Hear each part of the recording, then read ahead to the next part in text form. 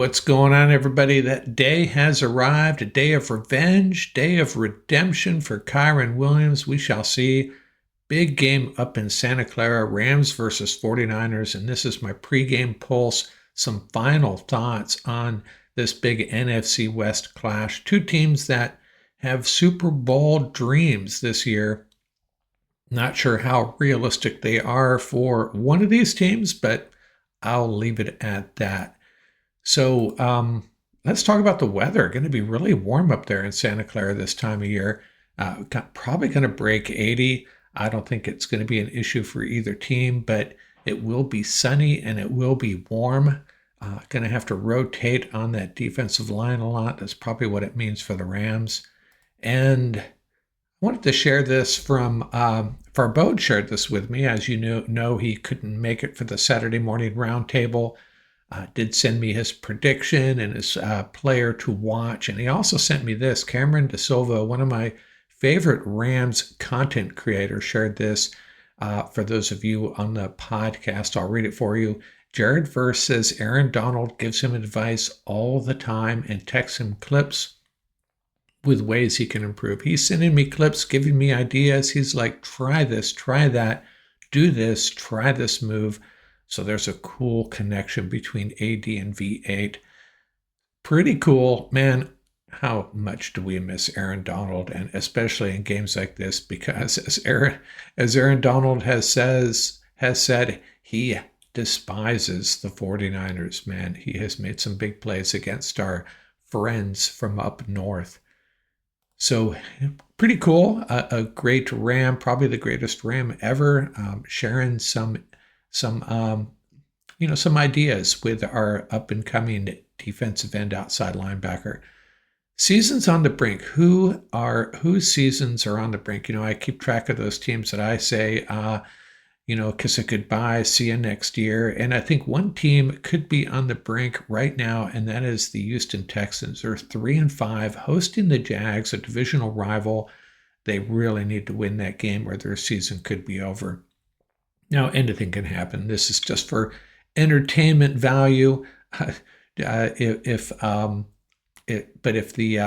Texans lose this game, they're going to be really up against it. They're currently the 9th seed in the AFC, and after this game, they could take care of the Titans the following week. But then they have the Bills, Colts, and Chiefs.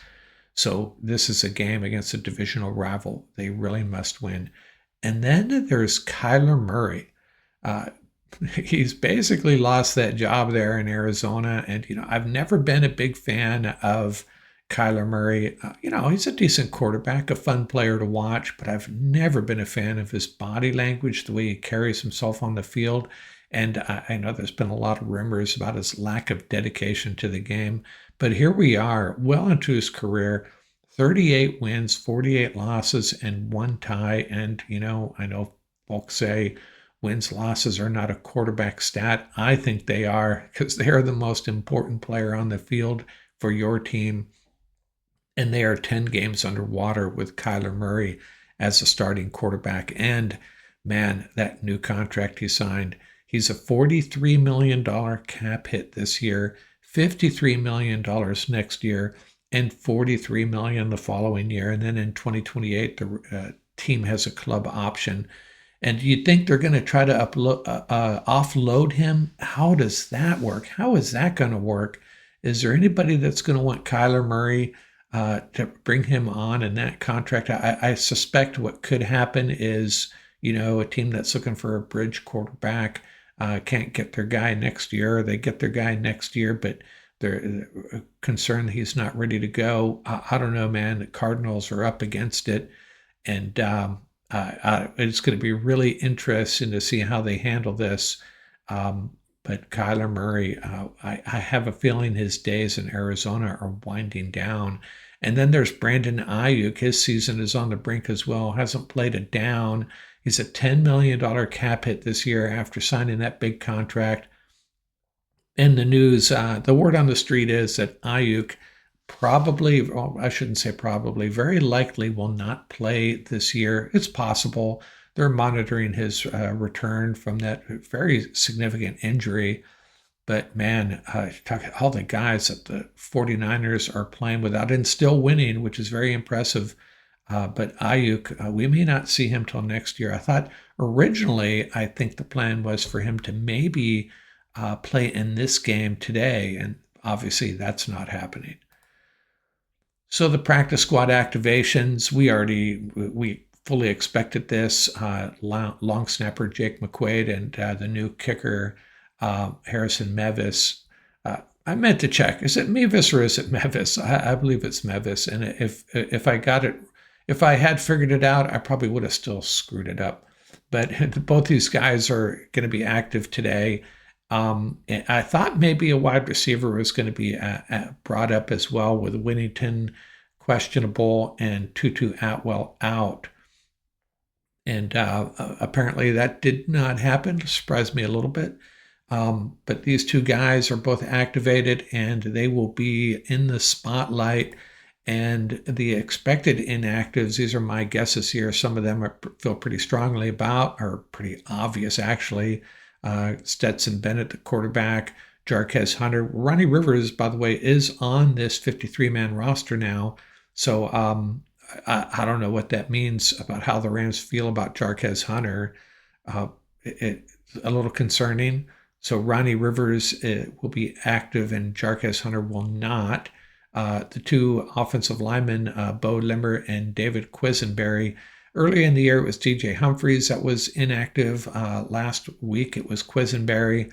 I kind of feel like, it would be wise to have 4 tackles active, but they're going with Havenstein, Alaric Jackson, and DJ Humphries and Warren McClendon. Actually, there is 4. They got 4 tackles available, so they're fine. And then the defensive lineman Deshaun Johnson has been inactive, I think, every week except for 1. And then, of course, long snapper Alex Ward and kicker Joshua Carty. Not on this list is Jordan Whittington. And I think he's maybe just going to be active and he'll play in an emergency situation. What concerns me about having 4 healthy wide receivers is, you remember, Xavier Smith also returns punts, so you may be putting a lot on him to be that 4th wide receiver and a returner. I'm sure he can handle it, though. I don't want anyone else back there returning punts. Hopefully that's not the mindset here. So they got the 4 wide receivers, and they got the 4 tight ends plus Whittington. That's my guess. I could be wrong. Maybe Whittington is inactive, and maybe they keep Carty active for the dirty kicks. That would be another possibility, I suppose. Hey, and don't forget, we have partnered up with MyBookie. You can go to mybookie.website/joinwith and use that promo code RAMSUP. Up to $500 in bets is fully covered. And how about a fun little afternoon parlay? Try this. Seahawks over the Cards, Lions over the Commanders, and Rams over the 49ers, all moneyline bets. A nice little payoff, I think. You're basically taking the 3 favorites. I get it. But the parlays are fun. 3 games being played at the same time, that could make it extra exciting. Not that you're going to be paying close attention to any of these other games, and you could flip it. You could take the Cards over the Seahawks, Commanders over the Lions, and not going to flip that last one. You got to stick with the Rams over the 49ers. That'd be a fun afternoon parlay there for you. But don't listen to me and don't bet your grocery money. Who's my player to watch? And I'm going with Xavier Smith. And this is what I'm thinking here. And I realize we've already shared some players to watch in previous episodes leading up to this game, but I'm adding Xavier Smith to the list. And, this Rams 49ers rivalry, Tutu Atwell has recently made some big plays, and he's obviously unavailable. Xavier Smith could play a significant role in this game, especially if Jordan Whittington is not 100%. And Xavier Smith has had some big plays against the 49ers as well. We're really just won that big punt return last year that actually saved our season, if you think about it. So Xavier Smith playing a 2-2 at-will role as well as returning punts. Hey, X, just one big play. We just want one big play out of you. It'll help us win, and it'll make me look a little extra smart here if you can pull it off for us. So my new player to watch, my additional player to watch, Xavier Smith, wide receiver, punt returner. I got some Fearsome 4 predictions for you. My first prediction, I've been thinking about this. Yeah, Rams go for 2 at least once. Why the heck not? I'm sure they want to see what our new kicker can do, but I still think they could go for 2. If we miss a kick, if we miss a gimme, Rams might just start going for 2. And I think my Fearsome 4 prediction number 2, the tight ends are going to have a big day. 4 tight ends. Last week they went off very quietly, kind of under the radar, but you added up the stats. It was pretty impressive. Terrence Ferguson emerging, Davis Allen consistently making 1 or 2 nice catches a game. Tyler Higbee starting to contribute. Colby Parkinson, almost had a touchdown in the one game, couldn't hang on to it. Very good in the blocking game, in the run game. And, they're going 13 personnel at times, and we may see even more of that with potentially only 4 wide receivers available. So look for the tight ends to have another big day. And with this defensive front and linebacking crew really up against it for the 49ers, a lot of guys out, a lot of guys banged up. I think the Rams rush for over 125 yards in this game. That's my Fearsome 4 prediction number 3. Kyren Williams, Blake Corum, and, on top of that, as Farbode predicted, Kyren Williams is going to be a man on a mission in this game, squeezing the ball a little extra hard, hopefully. But I think the Rams have a good day running the ball. And I think our secondary will win the day here. That's my 4th prediction. 49ers are always managed to get us in the passing game, whether it's Jawan Jennings, Kendrick Bourne, George Kittle. Man, it's just been going on for too long. It's just like every game they got guys that step up and hurt us in the passing game, guys that you're not expecting. But we come in fairly healthy here. Akilla Witherspoon is still out, obviously. Roger McCreary has been in with the team going on 2 weeks now. Darius Williams was missed last week. We played 2 quarterbacks last week, and they both held up really well. I think they have a good day here. Our secondary has been playing pretty consistently, or our safeties, I should say, all year long. And I think they're on a mission to not let Mac Jones dink and dunk, and not let any of these wide receivers go off. So that'll be that's my 4th prediction. Those are my Fearsome 4 predictions for this game. And, this could be a good day for the Rams. What would be a good day for the Rams? Obviously, we need to win. If the Cardinals can knock off the Seahawks, we'd have a 1-game lead over the Seahawks heading into next week's matchup with them. If the Colts beat the Falcons, that's 2 wins for us. One, the Falcons, I don't know how much of a threat they are for a wild card spot at this point. Really not. But then right now, by my calculations, they have like the 11th pick in the draft. That could get a little bit better if they continue losing. They have a fairly easy schedule down the stretch. Teams like the Jets and the Saints. But it'd be nice if the Colts handed them a loss. Remember, the Rams own that pick. That's why I'm talking about this.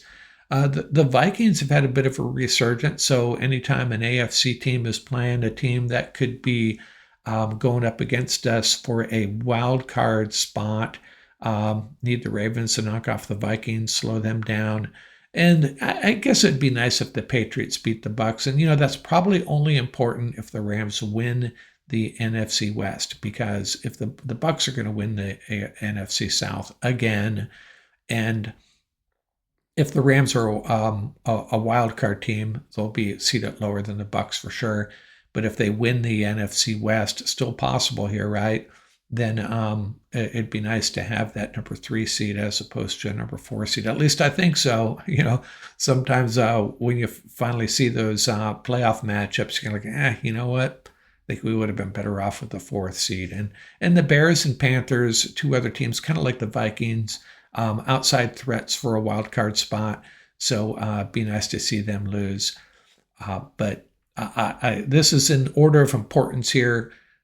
Cardinals beat the Seahawks, Colts beat the Falcons, Ravens beat the Vikings, Patriots beat the Bucks, and Bears and Panthers lose. So that's my Rams Up pregame pulse. Man, got a long morning here to wait for this game. 1:25 kickoff. Ian and I will be back with our post-game reaction in the late afternoon. Man, hopefully the Rams can pull this off. 5-point favorites last time I looked. They're clearly the better team here. I don't know how much that's going to count for up there in Santa Clara, but man, let's go get it. Let's go get our 7th win, improved to 7-2 out here from Rams Up.